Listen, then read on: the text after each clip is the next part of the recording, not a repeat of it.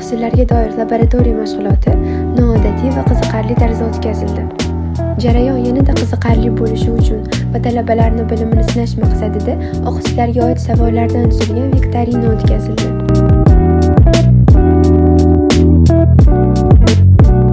Laboratoriya mashg'uloti aminokislota, peptidlar va oqsillarga sifat reaksiyalariga asoslangan. Birinchi laboratoriya mashg'uloti glitsinning mingidrin bilan reaksiyasi.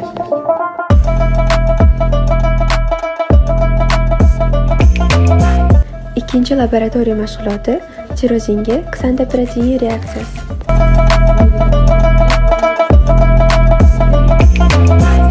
Keyingisi sisteinga rangli reaksiya. Oxirgi laboratoriya mashg'uloti peptid bog'iga biuret reaksiyasi.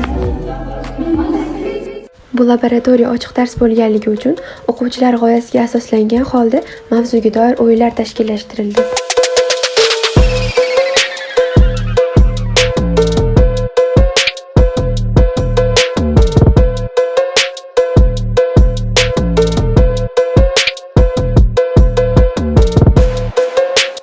Va darsning oxirida faol qatnashgan o'quvchilar faxriy yorliqlar bilan taqdirlandi.